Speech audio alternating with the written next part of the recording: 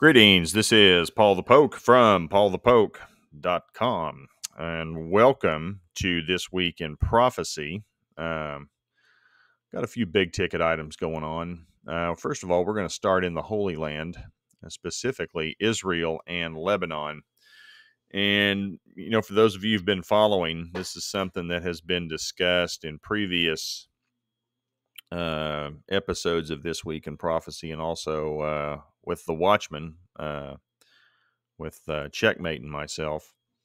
And it would appear that we have a gentleman's agreement, I use that term loosely, with Israel and Lebanon in regards to a couple of these gas fields off the coast of both Lebanon and Israel in the Mediterranean Sea. Now, nothing has been signed as of yet, and this is from Al Jazeera. We got multiple news outlets coming out today making some comments on this. I chose Al Jazeera just because of the Muslim perspective. I find it interesting. Not that I believe it any more than anything else, but I always like to see what somebody else is saying that's not our perspective or not the way we see the world. I think there's a lot of value in those sorts of things, just to see how it's being portrayed and presented to people who are looking for their version of the truth, if you will. But it would appear that Israel is going to get all of the Karish gas field, and it would appear that Lebanon is going to get all of the Qana gas field, which I want to say is also being called the Sidon gas field. And I find that fascinating because of ancient Tyre and ancient Sidon the Bible talks about. So anyhow, everything's going to be based off of line 23, the purple line. And even though they're going to work with the purple line and the Qana gas field drifts into Israeli territorial waters, it looks like Lebanon's going to get the whole benefit of that. And it looks like Total Energies out of France is going to be the one doing the production on behalf of Lebanon. Now, I think this is a bad idea. If you follow the way of the world over there, Hezbollah is effectively the Iranian proxy, pretty much running Lebanon at this point. It's rudderless. It has no leadership. Hezbollah has loosely filled that vacuum and continues to. Hassan Nasrallah, he is the leader of Hezbollah, and he's the one pretty much running the show loosely. And you're going to be developing energy resources and giving cash to a terrorist organization. You tell me how that's going to work out. But Israel has been promised security assurances with this deal. And again, the devil's in the details, literally. And we're going to see, nothing's been signed yet. So we'll see what happens with this. And Lebanon, Israel reach historic agreement on maritime borders. Satisfies both sides. Officials signing expected soon. So I'm sure there'll be a big pomp and circumstance. And it'll all be wonderful. I'll be interested to see if Nasrallah shows up as part of the signing or if it's going to be with the, quote, government of Lebanon. And here's the quote from the Israeli National Security Advisor, Eyal Hulata. All of our demands were met. The changes that we asked for were corrected. We protected Israel's security interests and are on our way to an historic agreement. Well, we will see. Lebanon's presidency voiced hope the agreement on the demarcation will be announced as soon as possible. Partnership with Israel, although the two countries are technically at war. Okay, good deal. This whole thing smells. Sorry. Israeli Prime Minister Yair Lapid, an historic achievement that will strengthen Israel's security. And I'll take the under on that. They'll be at war before too long with Hezbollah or some proxy of Iran who happens to be occupying in Lebanon. And then the government will say, we have nothing to do with that. Just give us your money. Okay. We'll see. Signing date for the deal has not yet set, and the details are not public knowledge, although some are starting to emerge. So we'll keep a close eye on this. Watch how this unfurls. Which we're going to move from there. We're going to move to ancient Magog. Ezekiel 38, 39, Magog and friends. I mean, we are in the hot spot here with the Kerch Bridge. All these little red markers give you guys some perspective here. Here's Moscow to the north. This is the Crimean Peninsula, Black Sea. We got Turkey to the south. And this is technically Russia down here to the east of the red cursors. The Crimea, Russia claims it is theirs, that they have annexed it. And we're going to take a look specifically at this bridge here in the Kerch Strait. This is what we're talking about. And on, I believe it was Sunday, it got bombed. And this is CCTV footage, apparently showing the moment of the explosion. This is per International Observers Ukraine. They follow Ukrainian and Russia social media to give the latest information on the Ukraine war. This, again, is the Kerch Bridge, and it is about to go up. We're going to have an explosion. There we go. Bad timing if you happen to be on the bridge at that moment. And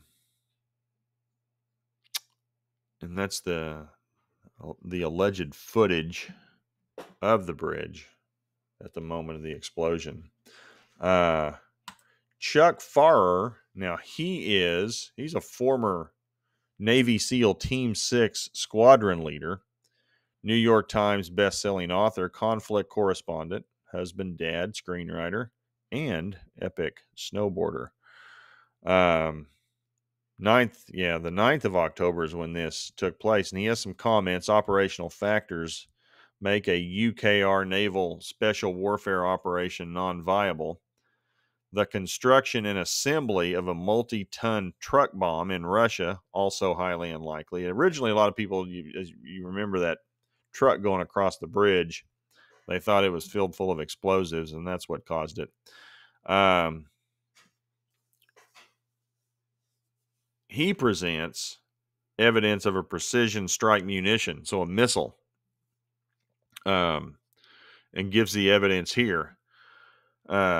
Proof of top-down bridge deck penetration with this picture. Also, there's no black on the underside of this. If there would have been an explosion from underneath, you would have expected that to be black with some burning. Again, he rules out the truck theory. Point of explosion rules out maritime sabotage. Road deck buckled midspan, undamaged support, port of impact, flight path of missile. Now, that said, I have also seen some night vision video of potential missile strikes, a couple of them, which would seem to be in alignment with what Mr. Farr thinks of the situation. So, as with this and any other thing, do your own homework. Don't take the bald guy's advice. I'm just trying to find the most credible people as I can to make sense of it. And then what actually happens, what gets presented. It's like with all of this stuff, there's all kinds of confusion surrounding it. You got all kinds of theories as to who did it, how they did it, so forth. But the bottom line is this bridge, the Kerch Straits Bridge, did take a direct hit, a couple of direct hits. And the thing that's fascinating, apparently, this bridge was christened by Putin himself about 4 years ago in 2018. And this attack took place on Putin's birthday. So it was done deliberately, and it was done as a direct affront to Putin. It's like, hey, we're going to blow up your favorite little bridge here on your birthday.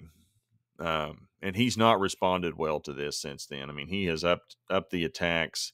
He's appointed a very aggressive general to prosecute well, it's not a war, it's still a special military operation, but they have upped their game as far as cruise missile attacks, attacking electrical services, water services throughout Ukraine. I think I'd seen a map of Ukraine, and literally every part of the country is under attack from missiles since this has taken place over the last couple of days.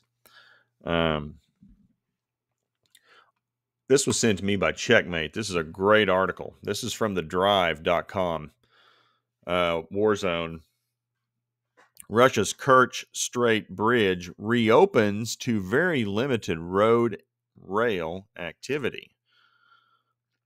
So literally 2 days later, we've got traffic going back across this bridge. And I think this article, contributors here, have done a really nice job collecting just different points of information from Maxar, which is satellite technology company. You can see some of these things from Satellite, Planet, captured just 1 day apart on the 7th and the 8th, shows the damaged Kerch Strait Bridge following a major explosion. Connects the Crimean Peninsula with Russian mainland. OS Intelligence, Technical. I've used some of those folks in the past. Again, they've got Maxar satellite imagery. And then somebody has some pictures.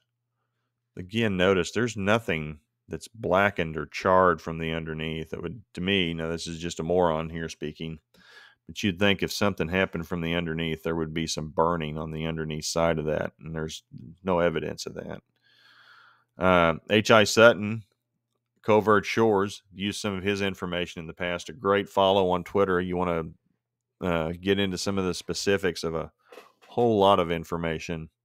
Great follow on Twitter. Highly recommend it.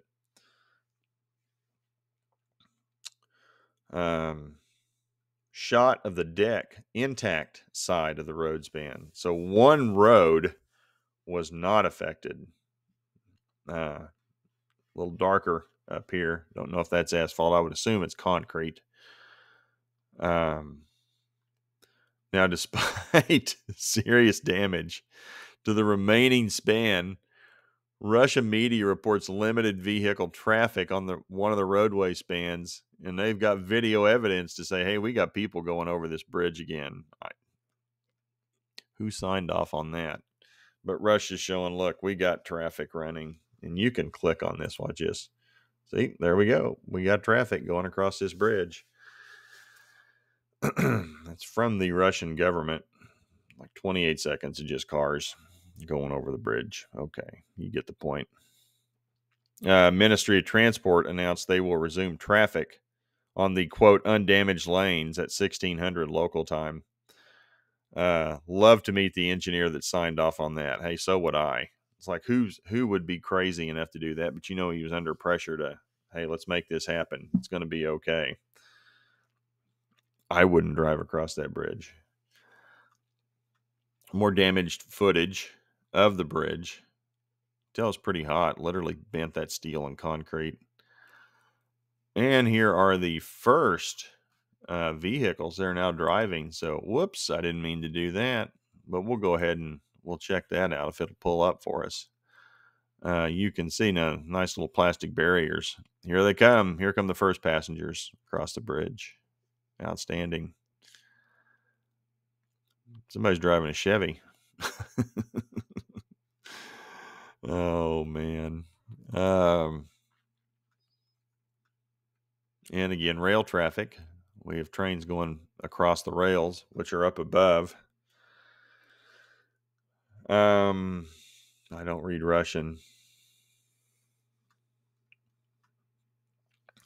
Ferry crossing. First truck that went past the Kerch Bridge. I think this was beforehand. Ferry services replacing the Crimean Bridge. maritime traffic jam because of the damage to the bridge. Ships are not allowed to get in and out of the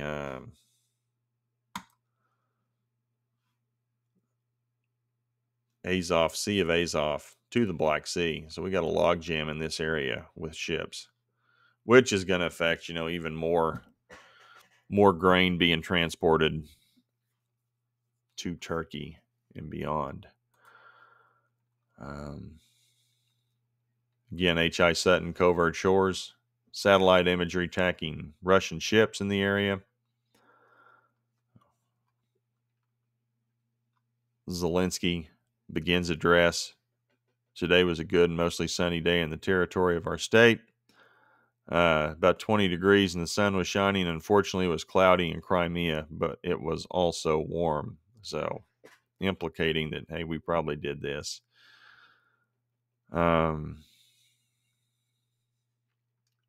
Anyway, and you got Ukraine, hey, Crimea, what's new? Kind of taunting them. So you get the flavor for this. But again, if you want to check this out, it's at thedrive.com. I'll provide a link to this for anybody who's interested in it. But again, we're interested in what's taking place in Russia, in and around Russia, because of Ezekiel 38, 39, ancient Magog, modern day Russia, and eventually Russia and friends, Turkey, Iran, arguably Sudan, Ethiopia, and Libya, along with all their proxies, will invade Israel at some point in the future. So the situation with Ukraine and Russia is escalating rapidly over the last 2 days since this bridge was bombed. So do want to keep an eye on it. And then in the meanwhile, it's one of those things, is the United States stated in the Bible? Well, the short answer to that is no. But clearly, we are an influencer of world events that will shape the end times scenario, or shape the setup of the end time scenario. And the same could be said for this little fella in North Korea. Kim Jong-un oversaw tactical nuclear military training. And he makes it very clear he is practicing tactical nuclear launches towards South Korea.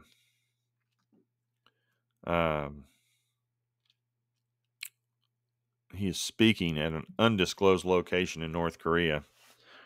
Photo released October 9th. You ever notice anytime he's talking about something, you got all these people always taking notes? Looks like on little pads of paper. I don't know if they've got tablets or anything like that they're taking notes on over there in North Korea, writing it down. But he's wargaming, practicing. Has fired missiles recently over Japan, enough that they sent people to bunkers. So he's becoming increasingly aggressive, and things are ratcheting up on the planet. And then we're going to close, looking again, just as a theme, Revelation 6, and the whole idea of hyperinflation at the onset of the tribulation. And that's one of the conditions, or one of the things that's on the scene before things really get off and running in the tribulation, in the 7-year tribulation, is one of the 4 horsemen. And you have hyperinflation on a global scale. We've got signs of this stuff all over the place. Now, this is happening in our country. Huge barge logjam on the Mississippi River due to drought conditions, not enough rain. Vessel shipping prices hyperinflate. So we got a logjam of close to 2,000 barges on the Mississippi River. And a lot of these barges carry grains. And this is taking place, effectively at Stack Island, which would be northeast Louisiana, western Mississippi, just south of the southeast corner of Arkansas. and this is the major way that corn, soybeans, wheat, and other farm goods from the Midwest are transported to the Gulf of Mexico. They're blaming it on La Nina. Some others are blaming it on climate change. So, but you can see how the prices in June, barge prices per ton to ship farm goods hyperinflated from $12 a ton to $90 a ton last week. So again, if you've got shipping prices going up close to 6 to 7-fold, you can imagine what this is going to do to our grocery prices. Not good. And again, I'm just cherry picking news. There's all kinds of news out there all over the place. These are the two that just caught my eye. Dutch plant breeding giant to close down due to soaring costs, energy costs. Natural gas, electricity has become ridiculously expensive. One of Netherlands' biggest plant breeding companies, seed companies, specializes in growing vegetables and decorative plants, will shut down operations in April of 23. So that's about 6 months away. Loss of up to 400 jobs. Higher energy prices means everything we buy has become more expensive and we are picking up the bill. Inflation is also leading to higher wage demands. The government is also putting up the minimum wage 10% next year. They can't keep up with the costs. So, again, plants, seed companies going out of business. Going to affect the food chains, supply chains for food. And then lastly, I thought this was great as an explanation as to what's going on. Again, from Wall Street Silver. Great follow again on Twitter for you folks who are economically bent. And just look how prices have gone up. This is a local bakery explaining why, hey, we can't keep prices as to what they were a couple of years ago. It's about a year and a half, actually. Flour's over doubled. Sugar's gone up about 50%. Powdered sugar has gone up about 60%. Shortening has more than doubled. Donut fry shortening has more than doubled. Yeast is up about 50%. Cake flour up about 67%. Eggs more than doubled. Rainbow sprinkles, very important. If you have young children, you would understand this. Any kid 10, 12 or younger, you must have rainbow sprinkles. And they have gone up about 60% in price. And salt is up about 40%. So you can see why the cost of bakery goods is increasing. Sign of the times. We are where we are. Am I saying that this is we're in it? No, we're not in the tribulation. When we get to the tribulation, you're not going to have to ask the question. I think we're getting closer, and it would appear we're trending pretty hard toward this. Now, God can decide when and where and how all this goes down. And this may be a warning shot, or we are on the verge of something real big on a global scale. So, appreciate you guys taking the time to listen. I'll have this up here in a little bit. And we'll keep you posted. We got all kinds of interesting stuff. I got some stuff coming out from economic news. Michael Duville and Charles Nenner have been talking. I'll give you a little sneak preview. Severe recession is what they're seeing in their modeling. Could argue we're already experiencing some of this economically. Bank of England made a big announcement today to sell, recommending to sell things within 3 days. Bank of Japan has not traded bonds for the past 3 days. Stock market's down here in the United States. Dollar continues to rise. Currencies around the world are taking a hit against the dollar, creating inflation across the globe. Now, mind you, other currencies and economies are experiencing greater inflation than we are, just due to the strong dollar. And our Federal Reserve, and